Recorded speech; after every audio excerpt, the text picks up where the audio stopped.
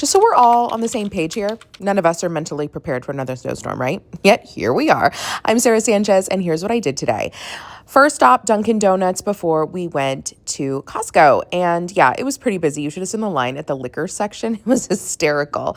And look at the line getting gas. At least people are prepared, right? Then I went home. I did a ton of chores, tidied up. My girls were following me around. They were so sad to know that I was going into work.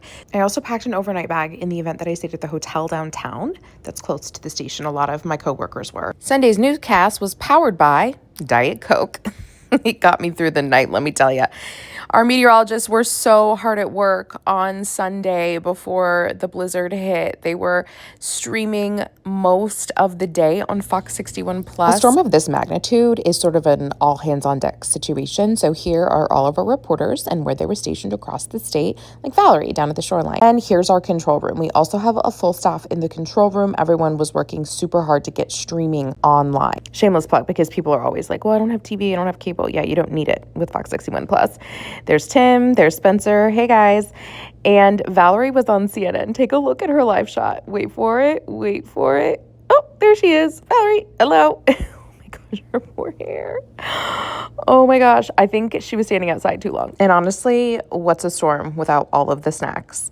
We have snacks for the morning crew, snacks for the afternoon reporter crews, and snacks for everybody who was at the station. And of course, we had pizza. Right before we went on air was when the storm really started to pick up and the snow was coming down pretty heavily, especially towards the shoreline. And at this point too, we were starting to see power outages and it was time to go on air. We went on air at 10 p.m. At this point, I was like, okay, how bad is this storm? How bad is it going to be? Because I didn't know whether or not I should be staying at the hotel downtown. I had the room key. It was an option, but I was thinking if the roads aren't that bad when I get off at 11:30, should I just go home and be with my family?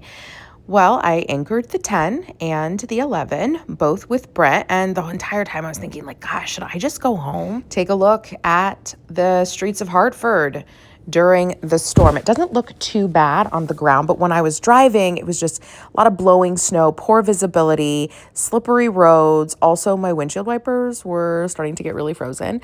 And the city of Hartford was not messing around. They were towing cars that were parked on the street because there is that parking. Goodbye to that Nissan, and my apologies to the owner of that Nissan. Well, I decided to stay at the hotel, and my girls snuck in a pig into my bag. Everyone stay safe, stay warm. Thanks for following me, and I'll see you tomorrow, Monday, after the storm.